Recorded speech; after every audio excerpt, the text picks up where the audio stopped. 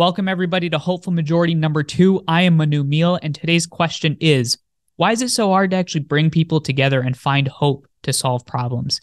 Easy question. Every episode, 10 minutes, you and I have a conversation about answering that question. And in the next 50 minutes, I actually bring on a guest to have an honest, hard-hitting, and nuanced conversation. Today's guest is going to be Monica Guzman, senior fellow at Braver Angels and a fascinating author. If you missed last week's episode, remember that we come at you weekly, Apple, YouTube, Spotify, wherever you get your content, wherever you get your podcasts. And as always, before we get into it, I like to remind us, why are we actually here?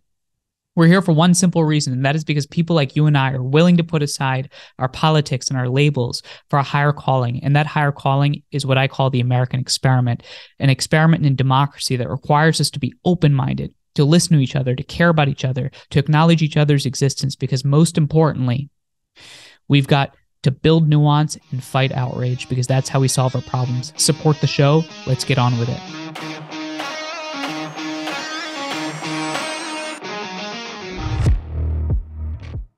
Why is hope so hard to come by, especially for somebody my age? Why is it so hard to embody the temperament that we're talking about within the hopeful majority? Why is it so hard these days to be tolerant, to listen to each other, to be patient?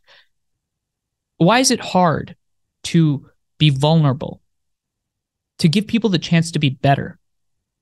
Not to score some political win, but just to advance our politics and our society and our democracy. I think there's 3 parts to answering this question. The first is life experience. I think how we grow up, where we grow up, during what times we grew up, has a huge impact on our temperament. Take somebody my age. I'm 24 years old. I was born in New Jersey. I lived in India for some time with my grandparents when my parents lived out in the US. Then I moved back, moved around every 2 years until high school, and then went to college and graduated in 2020. The 4 major events that had defined my lifetime. I was born around 9/11. I graduated middle school during the Great Recession. I went to high school during the year that was 2016, that presidential election between Hillary Clinton and Donald Trump, and then graduated college in 2020 during the pandemic and the Capitol riots in 2021 and the Black Lives Matter protests in that summer. Not a great sample size of boundless progress and optimism and democracy. And I know some of the folks that are listening that are from older generations can relate to their lived experiences.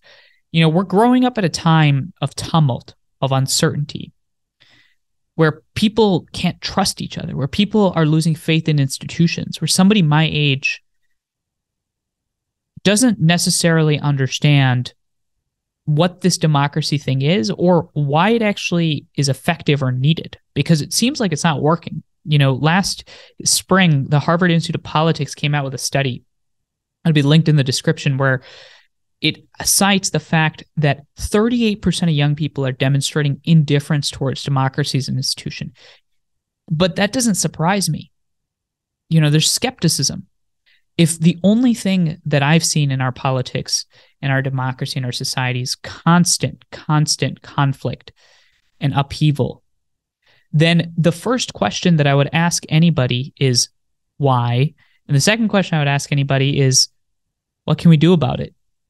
And this brings me to point number 2, a lack of visionary leadership. The people that are in charge of answering that question of how we get out of this, how do we solve our current moment, how do we address the discord in our society? Well, it seems like they're not driven by actually genuinely answering that question. It seems like a lot of our leaders in our politics and our society are incentivized by dividing people. It seems like they're incentivized by profit. It seems like they're incentivized due to the preconditions outlined by polarization. If I'm somebody running in a primary, 10% of Americans turn out in a primary and average, and most of those 10% are not in the hopeful majority. They're on the temperamental extremes. Again, not ideological, temperamental extremes. People that are the most passionate, most unwilling to listen, they're turning out Those are the people that I'm incentivized by. Our current leaders are not answering the question and the call of how we revive, center, and strengthen this American experiment for everybody. We're about to enter 2024 with a rematch, likely rematch, regardless, it could be front runners, between President Biden and President Trump. Now, I don't care where you stand on the political spectrum or what you think of them. But the fact is that if our political system is somehow producing two leaders that probably have the lowest approval ratings in history of past presidents, two leaders that have presided during some of the most divisive times in American history, and importantly, regardless of whether you think they've created accomplishments or have created sincere threats to our democracy, have not necessarily answered that call, then our visionary leadership is lost, especially for somebody my age. That's not a great recipe for faith, for hope, for having this temperament of patience and sitting back. And the third and final piece is that we lack a vision and an understanding of what it means to be American. It doesn't have to be the same answer for everybody, but there isn't that vision that ignites. There isn't this feeling of upbeat optimism. I'm going to throw out something bold. And that something bold is the fact that I think that most people in this country, most people, everybody in the hopeful majority, most people want freedom. Most people want justice. Most people want opportunity. Most people want equality. I know it sounds very naive to say, even misplaced optimism. It sounds like I'm on Mars. And yet, why do I deeply, deeply believe that? Why do I believe that most people are on the same page? The reason I believe that is because I talk to everyday Americans as much as I possibly can. Go back to episode 1 where I talk about the road trip that changed and provided me insight on how I think about our moment in our politics. I went from Austin to Boston, drove through and met folks from all across the political spectrum, from different faith backgrounds, different ethnicities and race and gender. And almost everybody said something around three things. Everybody said, I want a family that does better than me, a society in which my kids prosper. I want to live in a country where I feel like I belong and that respects me. I want to live in a society where I can practice my aspirations. It's not that complicated. It's not that complicated. And yet, why do we believe that most people are not on the same page as us? Why do we believe and are driven to give into the fact that our most polarizing figures in our media and our politics tell us that, you are divided, that most people are not. In fact, not only are most people not on the same page, but most people do not like you and don't want you to exist. It's because all of our information, all of our perceptions are painted by the media. They're shaped by and filtered through what I call the polarization industrial complex. The polarization industrial complex undermines our ability to listen and hear each other, to see each other across difference. And of course, there's real value differences. I have no intention of papering over the real differences in our politics, but the role of leadership is to deliver a vision that speaks to our general aspirations, and most people have those aspirations. Just take a step back. There's widespread agreement on 5 or 6 of the top policy issues that Americans want progress and change on.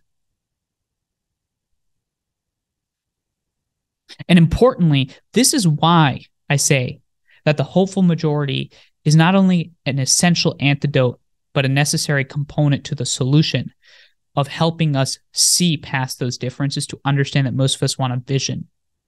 It's because the hopeful majority is ready to listen.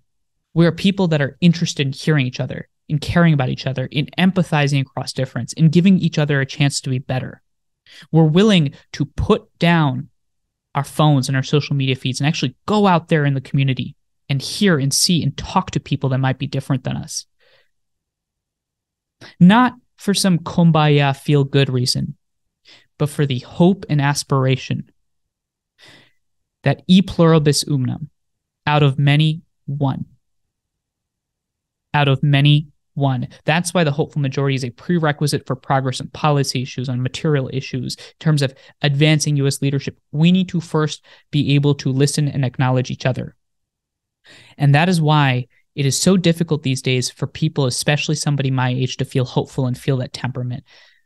We are driven to urgent action or complete apathy and disengagement because of our life experiences, because of the leaders that are currently visible in our politics, because we are led to believe that most people in this society are out to get each other. And that's not true. That's not true. And I'm willing to bet on that truth. And with that, and as always, if you ever have any comments and thoughts and responses and reactions, drop them in the comment section. Respond to this specific podcast or this specific video episode, wherever you get this. And importantly, I want to move us along to our next section with an amazing, amazing guest, a dear friend, a mentor, a thought leader, Monica Guzman. Again, an author, an avid, passionate individual who cares about curiosity in our society. And importantly, as Monica says, hope is a roadmap. And I'm excited for you to join me in my conversation with Monica, where we challenge and hear and think about how we advance what we all believe is the hopeful majority. Monica Guzman, welcome to the Hopeful Majority. Hey, Manu. It's so good to be here with you. So, you know how I roll. And importantly, I have to say that it is the oddest thing to officially welcome you to something, because I feel like you and I have conversations about what we're going to talk about all the time. I know. I've lost count. So you've lost count, but importantly, everybody listening to this is going to either be hearing your sort of amazing story, your concepts, your ideas, either for the first time or many times, neither of which I would be surprised at. But importantly, I want you to know that the first sort of 10, 15 minutes of the monologue at today's show is about how do we build hope. And you and I, when we were just talking, what came up is that part of the reason why the show is called The Hopeful Majority is because you and I get asked almost at the end of everything that we talk about, how do you find hope? Is that the case with you? Like, is that what happens? Oh, yeah. I've been doing a lot of traveling over the last year and events all over the country. And it's one of the top 3 last questions that folks ask. So I know that you're an author of an amazing book that came out last year. You used to be an official journalist. And I say official purposefully. You are a senior leader for one of the fastest and largest growing grassroots organizations in the country, Depolarizing, Braver Angels. I actually had your compatriot on last week, John Wood Jr., to talk about that.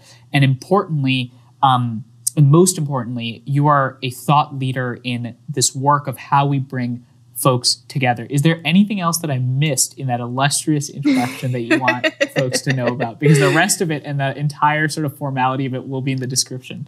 No, I think that'll do for now. I'm definitely one of those people who have worn many hats, and I guess I'm not all that comfortable doing just one thing. So I end up doing like 10. So the ones I mention are maybe the top 4 that are top of mind. And then there are like the 6 others that trail. So it's good.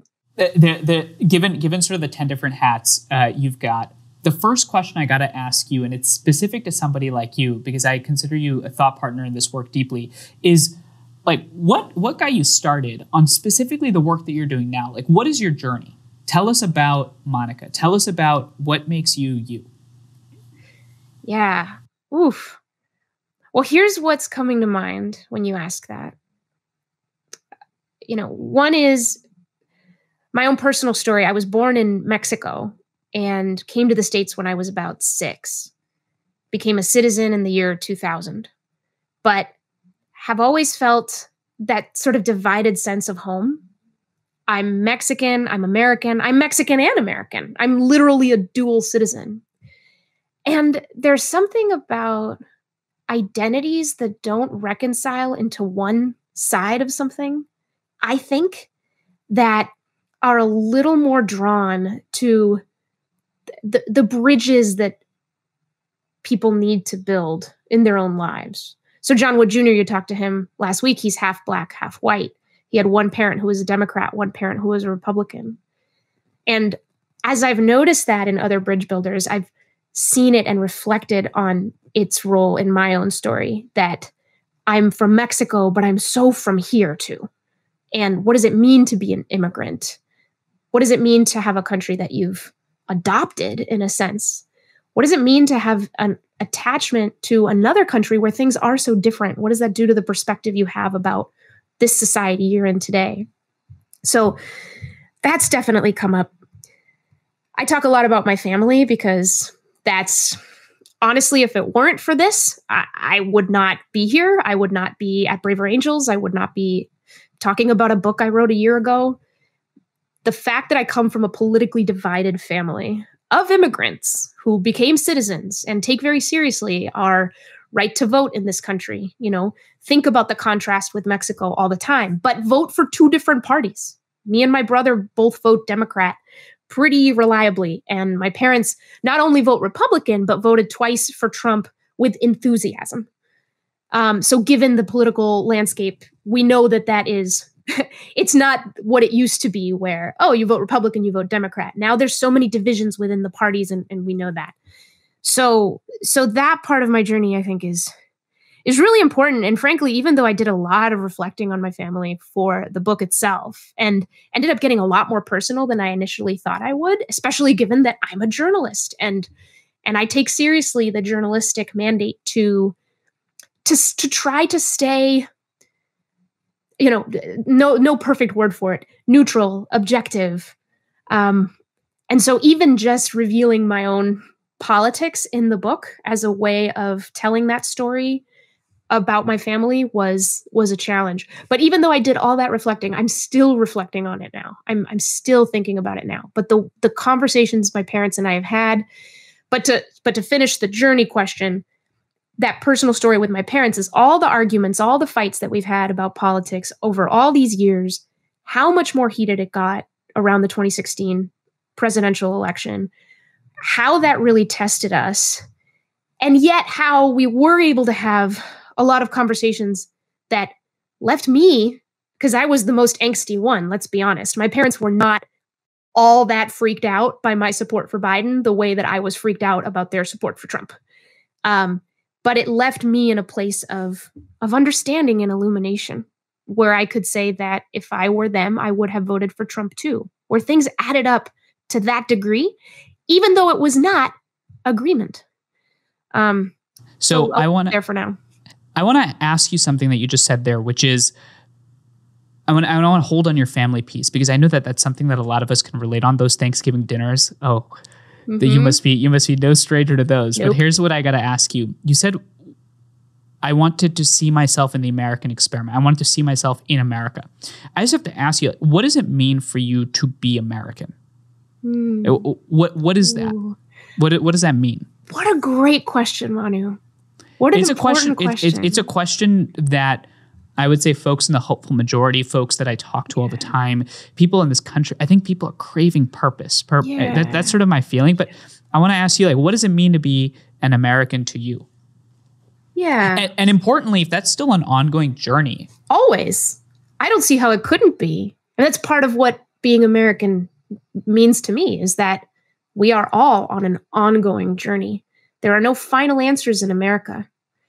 And I think that's part of what's so wonderful about it. I have a lot of admiration for the principles that the founding fathers brought to the founding of this country. I have a lot of respect, and there's things in my life that echo a love of experimentation. And I think that America has been a leader in that. It is an unfinished project founded on these extraordinarily timeless principles. I mean, it's nuts that we're still looking at some of the language in the Declaration of Independence and the Constitution as being so true to something deeply human, let alone a country or a nation. But the pursuit of happiness, like the right to pursue happiness, my goodness, what a cool thing. Can I ask you something on this? So the right to pursue happiness. What's fascinating about this is I was talking to somebody. Some of the most interesting conversations I've had, believe it or not, are in the Uber to the airport and from the airport. Yes. I know that's anybody that travels can relate to this. And this person was saying, he was from Afghanistan. He was one of the actual interpreters in Afghanistan that served the U.S. Army and now is out here in the U.S. And I asked him, I said, Omar, we were talking about America, and he said, America is the only country I think I know where I can come here and say that I'm American. There's very few places, I can't go to Germany and say that I'm German. That identity is specific to an ethnicity, to people. But America seems to be this thing that we can all sort of keep a piece of, with that flag that we see. It's something that it means something to each of us in a very unique and specific way, that it's a part of our identity. Do you feel that about America? Yes. Do you think that I definitely do. Yeah. Do you think that's unique to this place? Do. Yes, I think it is. Now that's somewhat aspirational, not based on evidence. I have not been to all the countries in the world and checked this out. But I think that's part of the point. I think America's ideals resonate almost spiritually, on a deeper level, on a philosophical level, on a very human level. And I do feel that. It's funny you mentioned the Uber conversation. I remember getting so animated in an Uber car in Florida, and my driver was Haitian. And that week he was telling me there had just been some high profile assassination in Haiti. And he and I were just ranting together about, we were ranting as immigrants, observing many native born Americans. And we were saying they don't appreciate what they have. There's all this hair pulling and screaming in media about all the problems and everything that's corrupt and so horrible. And yes, there are problems, but my goodness, look around. And we really connected on this idea that yes, there are problems, but we cannot lose sight of what we have, of what needs to be preserved. If all we're chasing and all we're talking about is the things to change, and we don't hold some of that appreciation. Honestly, it's one of the things as a liberal that I've really learned from conservatives. Conservatives tend to put more of a focus on the value of patriotism, the value of loyalty, period, and the value of sort of loving something even if it is imperfect. And I take that to heart when I think about my immigrant identity. Yeah, I want to hold something that you just said there, and we're going to get back to it, which is that as a liberal, I think conservatives get X right. That is something that you don't hear a lot today, and I want to dig into why you are willing to not only give somebody that you disagree with credit, but importantly acknowledge what they have to add. Taking a step to this conversation and extending this, you say, that there are, of course, challenges to America. There's, of course, issues that prevent us and everybody necessarily from seeing themselves as American. But one of the things that I often wrestle with, Monica, is this notion of love, right? I love America. What that means is I see its problems, see its flaws. I'm ready to critique its challenges, because I think that's a key part of love. And also love involves admiration, that we can admire and critique, that these aren't mutually exclusive. Why do you think, or maybe we're not, but it feels like we're at this point where you either got to really say that you're all for America and that there's only greatness in America, or that there's only challenges and critique because that's how we get better? Why does it feel that we can't necessarily hold this concept of critique and admiration in one coin? I think it's largely because the spaces where people try to stand out push us toward the polls always. That it feels like the only way you're going to mobilize and energize is to say one thing very starkly with a lot of confidence, and nuance just muddies the waters. And that's unfortunate. And I think we all agree that that's unfortunate, and it's not even true. I think a lot about, when I think about this kind of love, and as I've reflected on patriotism, loyalty, love of a nation, I think about being a mom. So that's an identity that matters a lot to me that I don't talk about much in these contexts. But, I love my kids unconditionally. And but I'm open with them, obviously, critiquing how they're growing into humans.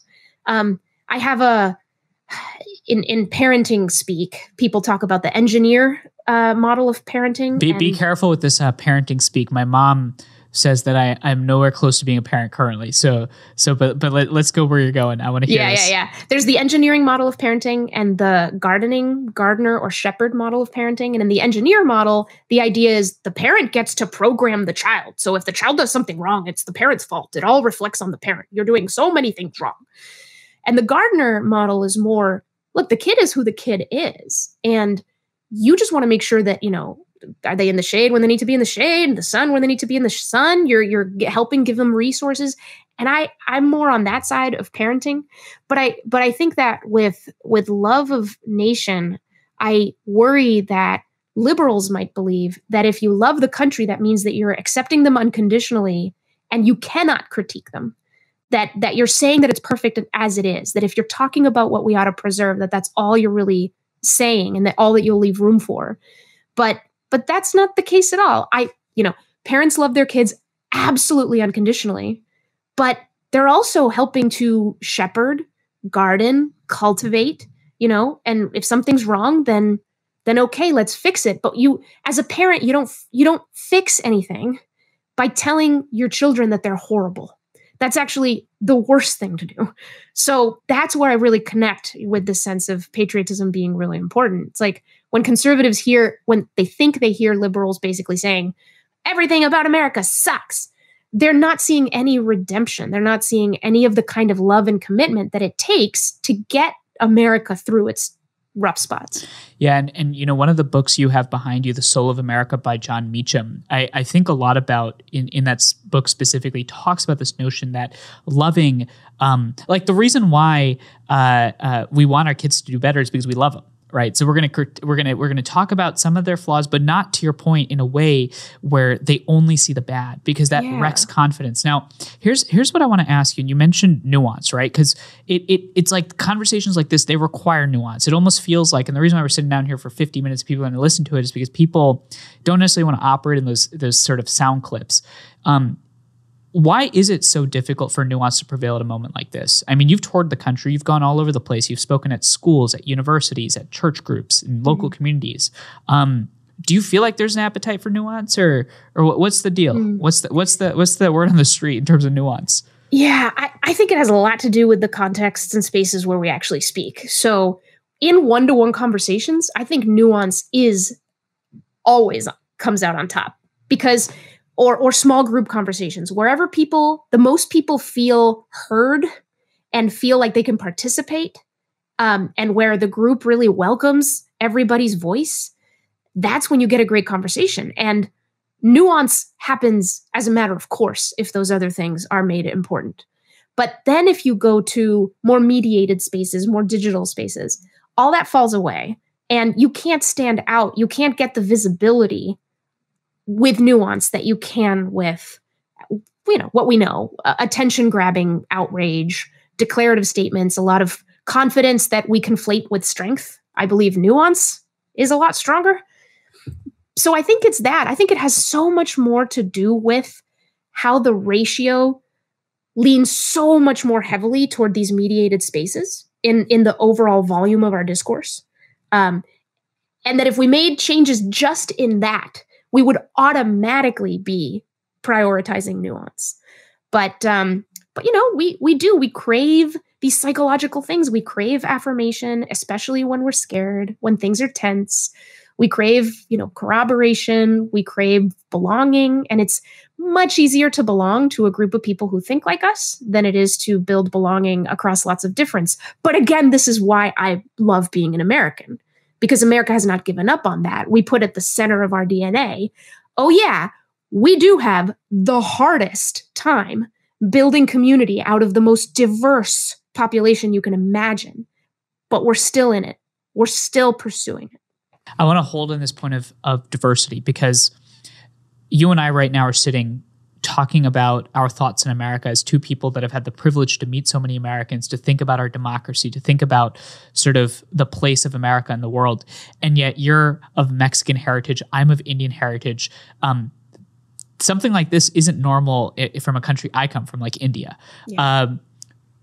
It almost feels like diversity is both our strength, but also it's something that doesn't seem to be necessarily normal for us to capitalize the opportunity on. It seems like we almost assume that, well, because we're diverse, it's all going to work out. But in fact, in the history of societies, it feels like diversity is actually a core challenge to societies being effective and efficient. And then last year, you wrote a book called I Never Thought of It That Way that talks about how we as people can relate to each other's diversity, how we as people can acknowledge each other. What do you think is the central element, quality, character, value, whatever it is that you want to call it, that helps us as people relate to each other more effectively, to capitalize on each other's diversity more effectively, to basically make this experiment work? Are there specific values or things you think we as people should be prioritizing in our everyday lives? Yeah. I mean, the number one that I think about a lot is curiosity. And not a cold, exploitative curiosity, one that is selfish and looking to use others as resources to some end, but rather the kind of curiosity that like welcomes and invites people to share who they are, so that we get a far broader view than we could possibly have if all we lean on is our own experience. So I've thought about that. There was someone I interviewed who called curiosity selfish, and I know what he meant. And I instantly reacted to it, and then later reflected, and I thought, but curiosity is caring. You know, when you get together in a group of friends and you want to know about each other's days, beyond just saying, "Oh, how's your day?" Fine. No. Wow, you've got a smile on your face. What happened today, Manu? Well, actually, something kind of cool, but we've got work to do. No. Tell me about it. What happened? Well, there's this and this and this. Whoa, that must have felt amazing. What was that like? Tell me more. That sort of curiosity.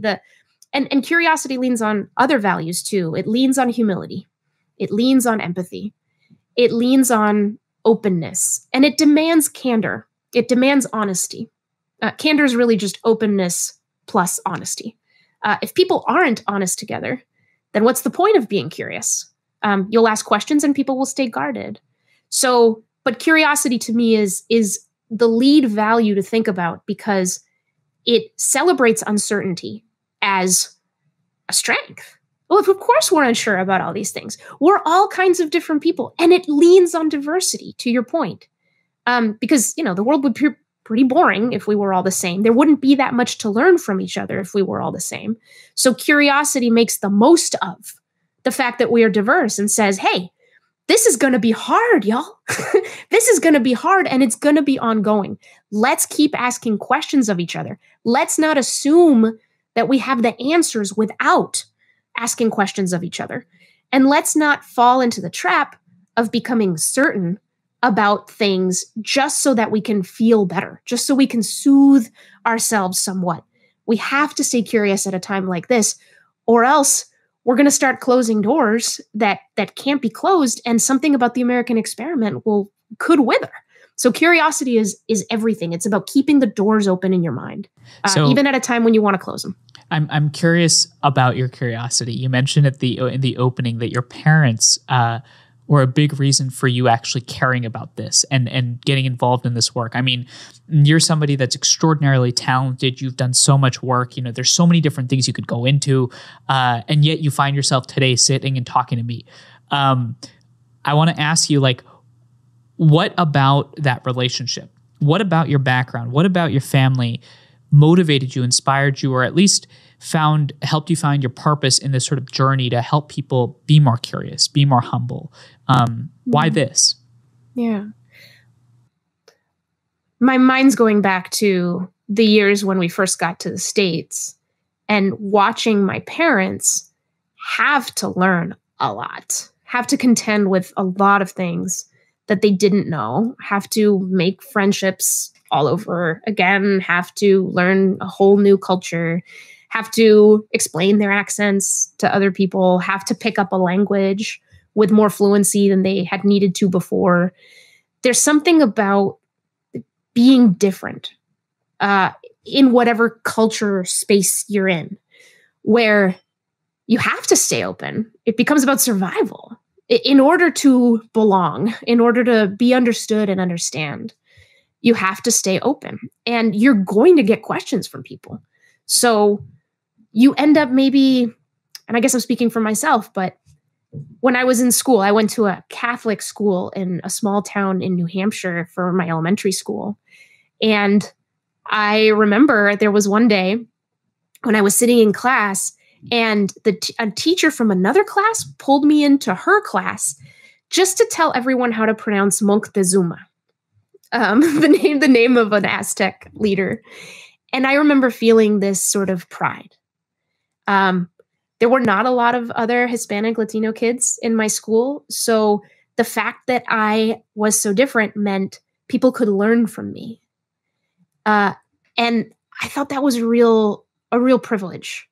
I also remember, and I talk about this in the book, there was a moment in 2nd or 3rd grade where a classmate of mine, I was at her house, we were drawing on a blackboard and talking about the mountains in my hometown, Monterrey, Mexico. And I was talking about driving through the city. And she goes, wait a minute, they have paved roads in Mexico? And I said, yes, they do. What? And I realized all she knew about Mexico was Speedy Gonzalez cartoons. That was it. And again, I was a kid. I wasn't offended. I was like, oh, because she knows me, she got to correct a misperception. And she wasn't already exposed to that, right? And so I felt there was a way in which I was carrying something that could teach something to others. So that's one thing. So the offense piece is fascinating, because there's one way to take that comment where somebody says, well, your friend must be somebody that's totally ignorant and does not care about Mexican culture and does not understand anything about Mexico. And alternatively, the first time I heard about Monterrey, I said, Monterrey, Mexico.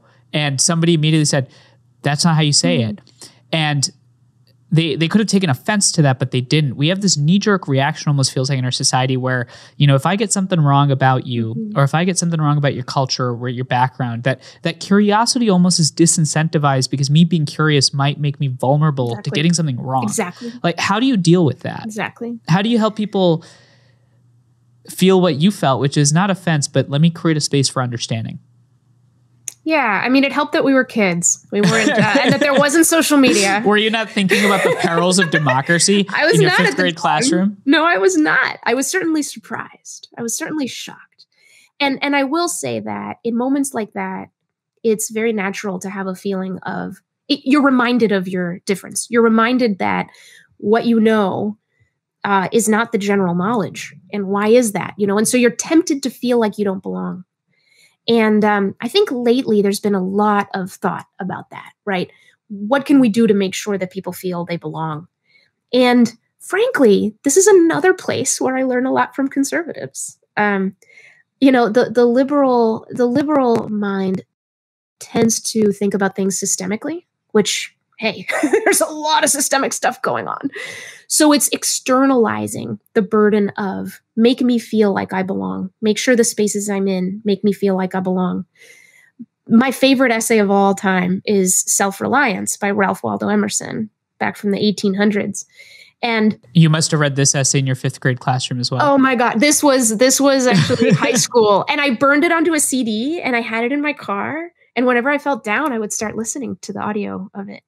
And it's basically saying that this question of belonging, I don't think we should externalize it. I think it's silly. Now, yes, we need to build the spaces where we belong, where it's not a constant, do you belong? Do you belong? Well, that's no good. Of course, it's a systemic issue, but it also has to come from within.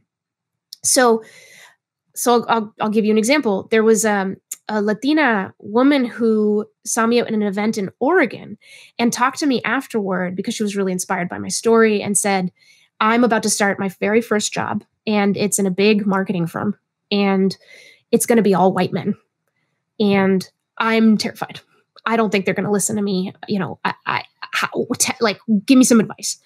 And we ended up chatting, and I asked her questions about it. And I just kind of invited her to, in those moments where she feels like she can't, where she feels excluded, to just think to herself that, okay, I'm in a room of older white men or what have you. How lucky are they to get to learn from me? To walk into that room with a sense of internal security, with the question of belonging being already answered, being taken for granted. And then see what that does to the way that you bring yourself into that space. Because to me, that's America. So that's a philosophical way. Well, when you think about sort of the philosophy of it, you mentioned this need to belong, and yet it seems like when we talked about the concept of America is one of those few places where almost each of us can feel like we've got a piece of this experiment, that a piece of this I can hold on to, I can belong into. What's odd to me often about the conversation around belonging or diversity or inclusion, different ways to think about this notion that people need to feel like they're here, is that almost oftentimes the conversation can feel oddly exclusionary as well. Yes. A lot of times when we have conversations about belonging, we only involve people that we want to belong. Yeah. Yeah. It's funny how the human mind works. How do you combat that? How do you help people actually include people for the sake of not necessarily agreement, but for the actual endpoint of inclusion and belonging, the way it was built and meant to be? I'm really glad you brought that up, because I think that is exactly a deeper definition of inclusion than what is often talked about. What I see in society is inclusion, but with a real focus on a couple of demographic qualities, right? Like race, gender, these sorts of things. But the most radical kind of inclusion, I think, is just people who don't think like you, no matter what they look like. People who do not think like you, who do not share your general lens on the world. And there could be a million reasons for that.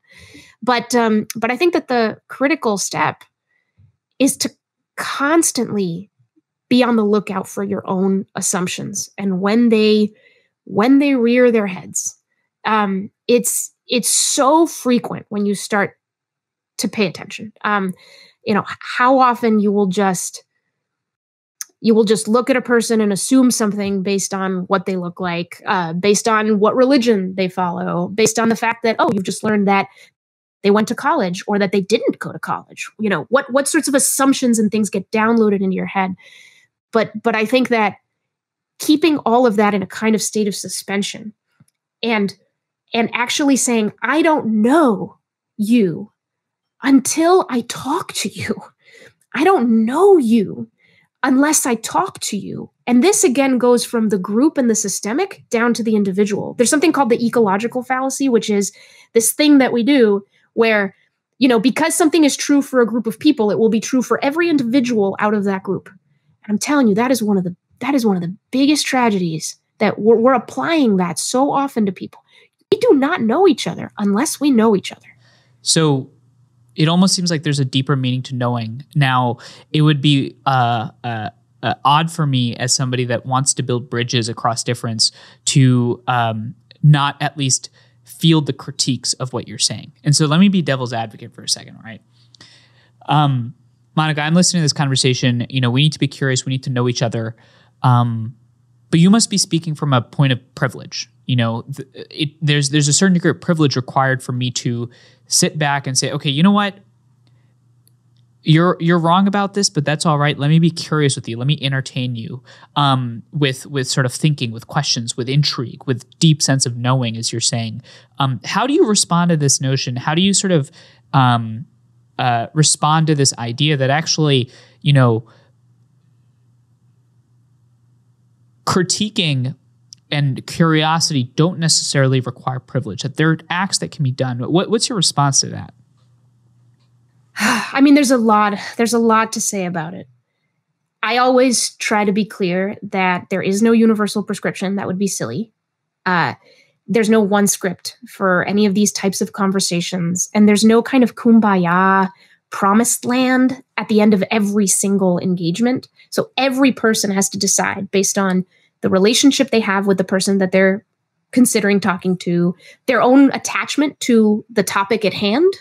I've got friends whose children transition genders. They are not about to leap into a conversation about trans issues that feel like they invalidate their child, And another is about just the common sense situation here. Coming back to curiosity, it makes mathematical sense that a minority will always know more about a dominant. Whatever culture you're in, whatever space, and there are multitude of spaces, right, in this country where maybe some spaces are more red dominant, more blue dominant, dominated by this race, dominated by this gender. But it's always way more nuanced than that. The minority always knows more about the dominant because for whatever reason, the spaces in which they travel have tended to reflect the dominance experience, whoever that might be. So there is this natural skew. It's not like we all begin in the same place. That's true. But the tension, I think, comes from, the minority, whoever that is going to feel a lot more exposed and a lot more vulnerable in getting into conversations with the dominant about things that feel, oppressive or wrong, that the dominant just doesn't intimately understand because they're not intimately familiar. The tension comes from wanting to stay safe by not participating in those engagements versus making sure that your space and your culture does reflect who you are or can grow to reflect who you are by making sure that you are seen, that you are participating, that you are engaging. Because nobody knows the way cultures are built. It's one of the coolest, most interesting kind of facets of humanity. But they won't be built if those who occupy a minority stay out of sight. The culture cannot reflect you if you are out of sight. So it's a tension between being safe and being seen. That's fascinating. That curiosity actually is a mechanism to belong. What's interesting about this is I was born in New Jersey. I then flew and lived with my grandparents in India, then came back, moved around here every 2 years. One of the things that I often talk about is that empathy for me was a survival strategy. Mm-hmm. Curiosity was actually a way to create space for the other to accept me. Exactly. But the other piece of this, and you mentioned this, is that there's this levels of systemic. There's the group, there's the individual. We've primarily stayed at the individual level. And so naturally, one of the things that I'm going to be thinking about is, well, I want to achieve policy change on X issue, or I care about Y issue, or in fact, that thing is so existentially pressing that I don't need to be curious because what I need to do is fix that issue. How do you balance and respond to the urgency to act with sort of the desire and necessity to be curious? Mm-hmm. Yeah.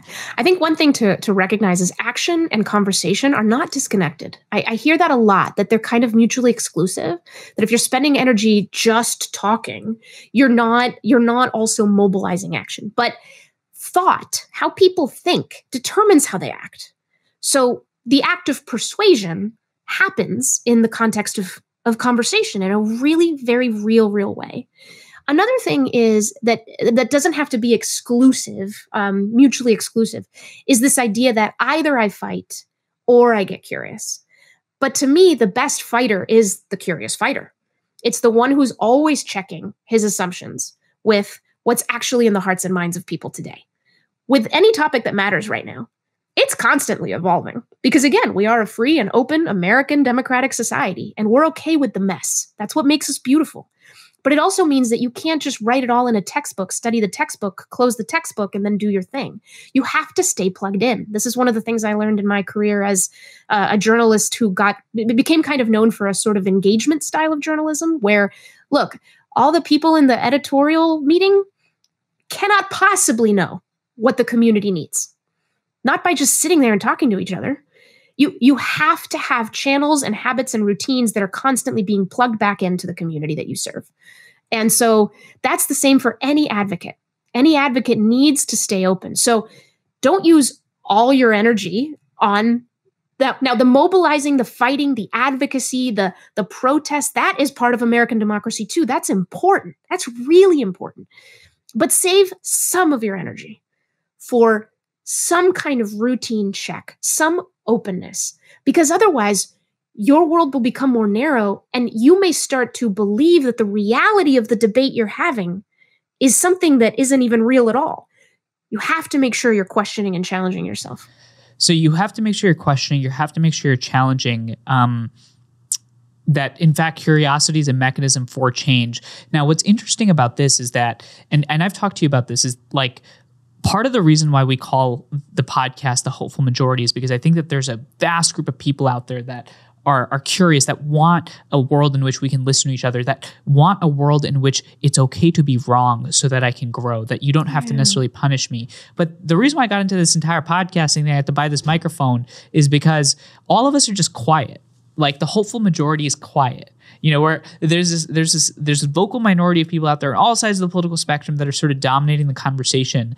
And I decided like, all right, I'm going to do my small piece and get out there and get involved. And somebody that's listening to this is doing their piece by listening and tuning in and getting active.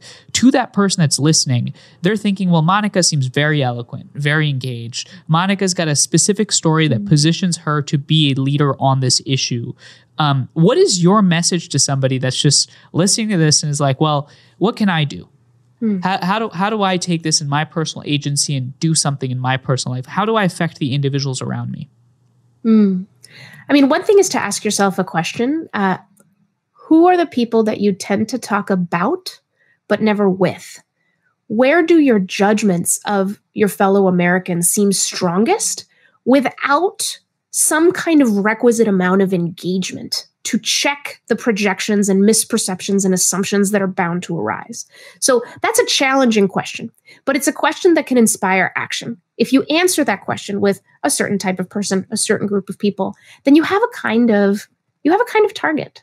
Just, is there a way that I could engage a little more with that kind of person? Can I put myself in a place where I hear more generously what this group is saying to themselves? But I don't want it to sound like such hard work, because really, as I've looked at curiosity, it is a muscle. It gets stronger as we practice it. And the thing that will already make so much difference is for you to take any action that makes you one little step more curious than you were. So that can mean you're in a conversation of disagreement and you want to jump in with your opinion.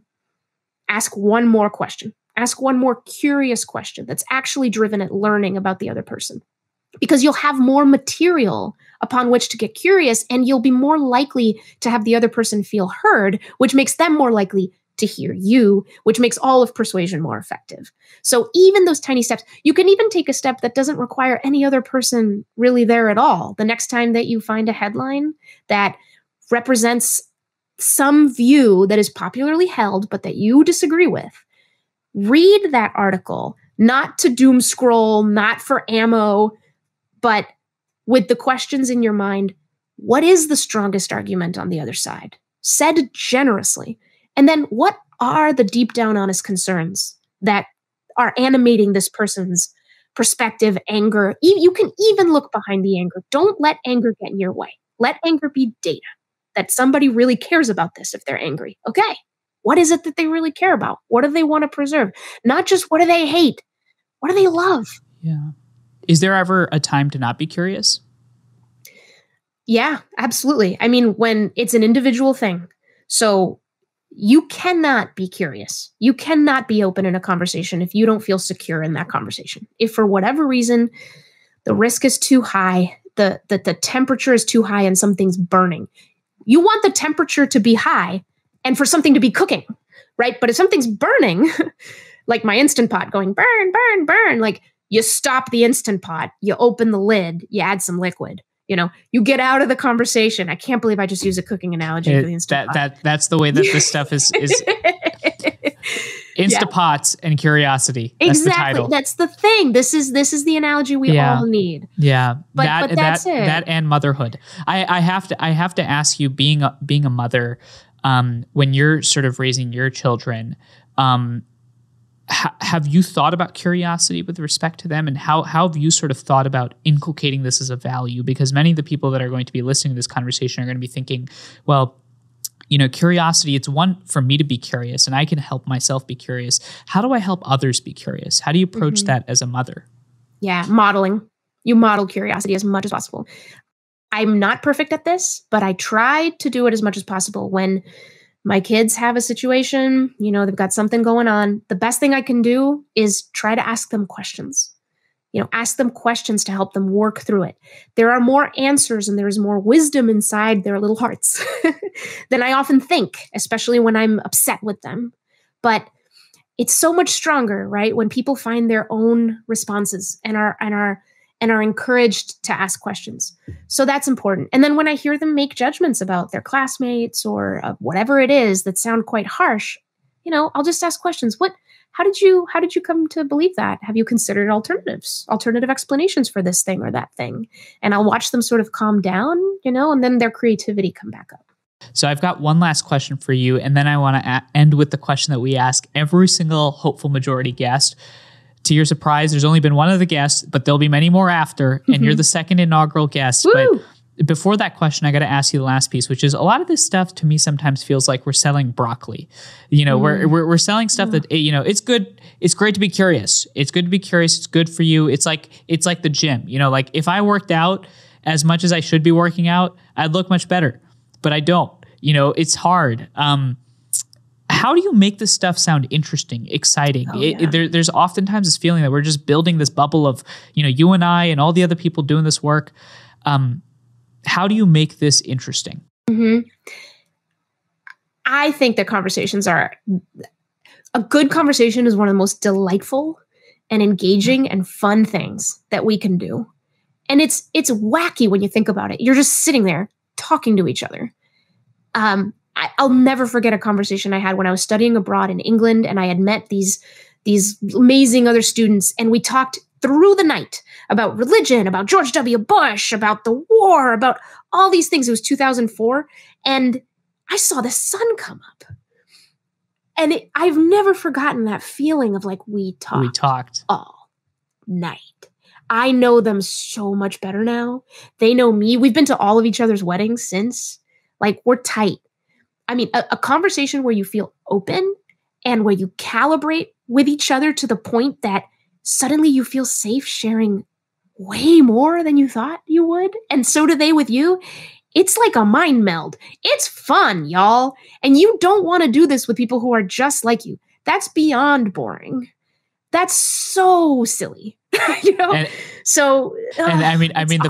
the fact that you had a conversation with your friend, a British person, talking about George Bush in 2004. If you could have that dialogue and you waited for the sun to come around, man, we could have a lot of other conversations. It was so great, Manu. It really was one of the best days of my life. I could ask you so many more questions, because I think importantly, the story of the show and the arc of the show is, I think, something that I want the hopeful majority to be reflected in, which is that I'm just one person, you're one person, we're out here, we're grinding, we're working hard, we're growing our profiles, we're trying to help people understand that there's this concept, and the reason why we call it the hopeful majority is because we want people to feel like there's more of us out there. Mm-hmm. But one of the difficulties I found in being hopeful is that oftentimes we're not hopeful when we don't know our why, when we don't know our purpose, mm-hmm. when we're out of touch with our purpose. And so the question that I always end every show with, and want to end every show with, is this: what is your why?